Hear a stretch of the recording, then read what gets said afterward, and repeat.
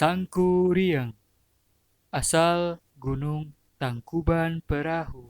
Pada zaman dahulu kala, ada seekor babi tengah melintas di sebuah hutan belantara. Babi hutan itu merasa kehausan di tengah panasnya terik matahari. Lalu, dia melihat ada air yang tertampung di pelepah pohon. Segera diminumnya air itu untuk melepas dahaga. Namun, ternyata air itu adalah air seni Raja Sungging Perbangkara.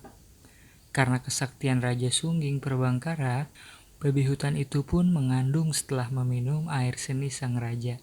9 bulan kemudian, si babi hutan melahirkan seorang bayi manusia yang berkelamin perempuan.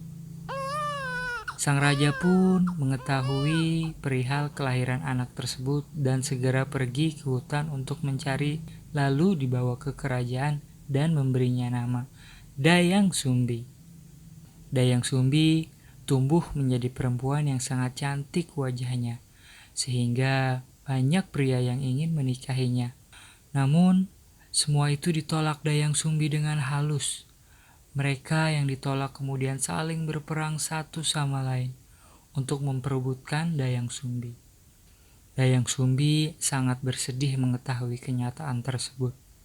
Dia pun memohon kepada Raja Sungging Perbangkara untuk mengasingkan diri. Sang raja akhirnya mengizinkan anaknya tersebut untuk mengasingkan diri. Dayang Sumbi mengasingkan diri di sebuah bukit dan ditemani oleh seekor anjing jantan bernama si Tumang. Untuk mengisi waktu luangnya, selama dalam pengasingan, Dayang Sumbi pun menenun. Alkisah, ketika Dayang Sumbi sedang menenun, peralatan tenunnya terjatuh. Ketika itu, Dayang Sumbi merasa malas untuk mengambilnya. Terlontarlah ucapan yang tidak terlalu disadarinya. Siapapun yang bersedia mengambilkan peralatan tenunku yang terjatuh, seandainya itu laki-laki, akan kujadikan suami. Jika dia perempuan, dia akan kujadikan saudara. Tak disangka, si Tumang mengambil peralatan tenun yang terjatuh itu dan memberikannya kepada Dayang Sumbi. Tidak ada yang dapat diperbuat Dayang Sumbi selain memenuhi ucapannya. Dia pun menikah dengan si Tumang yang ternyata merupakan titisan dewa. Si Tumang adalah dewa yang dikutuk menjadi hewan dan dibuang ke bumi. Beberapa bulan setelah menikah, Dayang Sumbi pun mengandung dan melahirkan seorang bayi laki-laki dan memberinya nama Sangkuriang. Sangkuriang tumbuh menjadi seorang pemuda yang tampan dan gagah. Sejak kecil, Sangkuriang telah senang berburu. Setiap kali melakukan perburuan di hutan, Sangkuriang selalu ditemani oleh si Tumang. Ia sama sekali tidak mengetahui bahwa si Tumang adalah ayah kandungnya. Kala itu, Sangkuriang sedang berburu di hutan bersama si Tumang. Sangkuriang berniat mencari kijang karena ibunya sangat ingin memakan hati kijang. Tiba-tiba, Sangkuriang melihat seekor kijang yang tengah merumput di balik semak belukar. Sangkuriang memerintahkan si Tumang untuk mengejar kijang itu. Namun, si Tumang yang biasanya penurut ketika itu tidak menuruti perintahnya. Sangkuriang menjadi marah dan berkata, "Jika engkau tetap tidak menuruti perintahku, maka aku akan membunuhmu." Ancaman Sangkuriang seakan tidak dipedulikan si Tumang.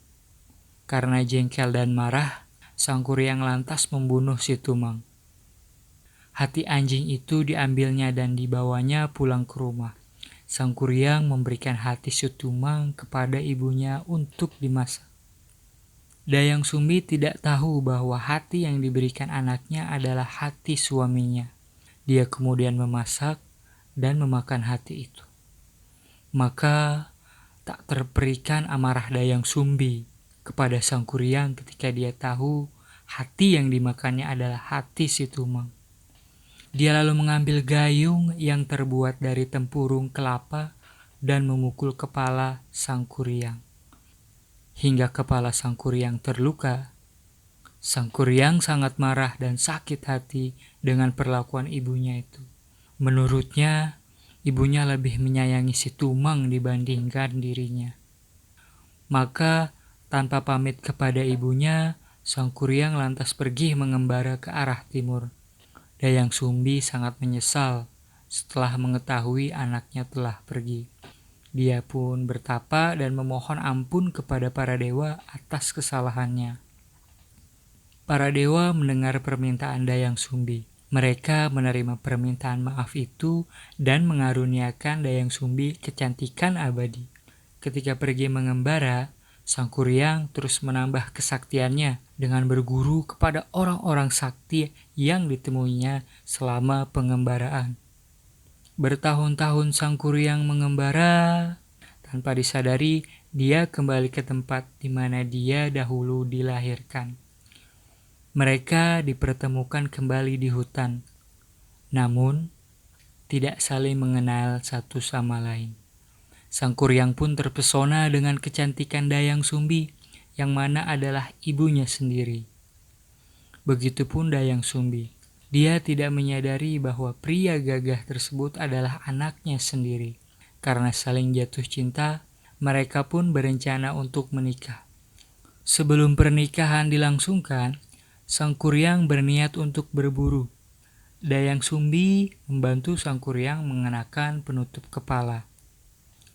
Ketika itulah Dayang Sumbi melihat luka di kepala calon suaminya. Teringatlah dia pada anak lelakinya yang telah meninggalkannya. Dia sangat yakin pemuda gagah itu tidak lain adalah sang kuryang anaknya. Dayang Sumbi kemudian menjelaskan bahwa dia sesungguhnya adalah ibu kandung dari sang kuryang. Oleh karena itu, dia tidak bersedia menikah dengan anak kandungnya tersebut. Namun, sang kuryang yang telah dibutakan oleh hawa nafsu tidak peduli dengan penjelasan Dayang Sumbi.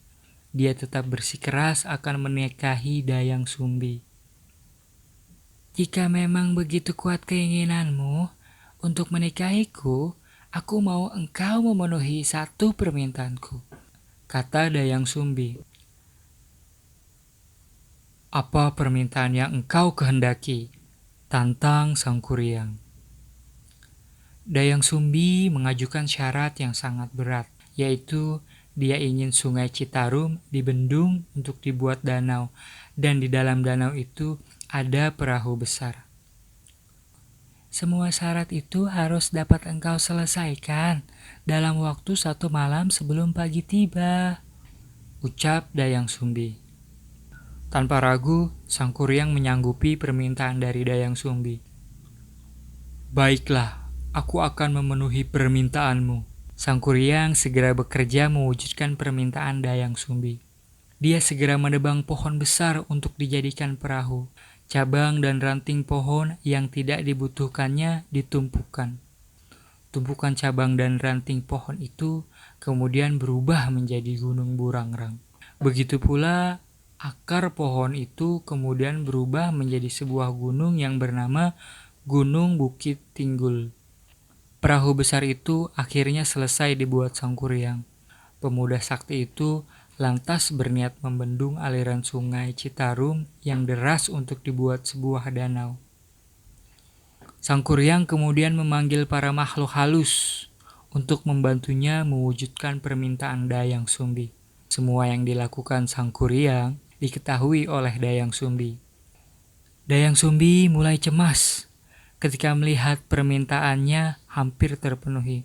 Dia berusaha menggagalkan pekerjaan sang kuryang agar pernikahan dengan anak kandungnya itu tidak terjadi. Dia pun memohon pertolongan dari para dewa. Setelah berdoa, Dayang Sumbi mendapatkan petunjuk. Dayang Sumbi lantas mengibaskan selendangnya. Dia juga memaksa ayam jantan berkokok di saat waktu masih malam. Para makhluk halus sangat ketakutan ketika mereka mengetahui fajar telah tiba. Mereka berlari dan menghilang begitu saja. Mereka meninggalkan pekerjaan yang belum terselesaikan. Sang Kuryang sangat marah. Dia merasa Dayang Sumbi telah berlaku curang kepadanya, dan sangat yakin jika fajar sesungguhnya belum tiba. Sehingga dia merasa masih tersedia waktu baginya untuk menyelesaikan pekerjaannya. Dengan emosi tinggi, Sang Kuryang lantas menjebol bendungan di Sangyang Tikoro. Sumbat aliran Citarum lantas dilemparkannya ke arah timur yang kemudian menjelma menjadi Gunung Manglayang. Air yang semula memenuhi danau itu pun menjadi surut. Serasa belum reda kemarahannya, Sang Kuryang lantas menendang perahu besar yang telah dibuatnya hingga terlempar jauh dan jatuh tertelungkup. Perahu besar itu berubah menjadi sebuah gunung yang kemudian disebut dengan Gunung Tangkuban Perahu. Namun, kemarahan Sang Kuryang belum reda juga. Dia mengetahui semua itu sesungguhnya adalah siasat dari Dayang Sumbi untuk menggagalkan pernikahan dengannya. Dengan kemarahan yang terus meluap, Dayang Sumbi pun dikejarnya. Dayang Sumbi yang ketakutan terus berlari untuk menghindar hingga akhirnya menghilang di sebuah bukit. Bukit itu kemudian menjelma menjadi Gunung Putri, sedangkan Sang Kuryang yang tidak berhasil menemukan Dayang Sumbi akhirnya menghilang ke alam gaib.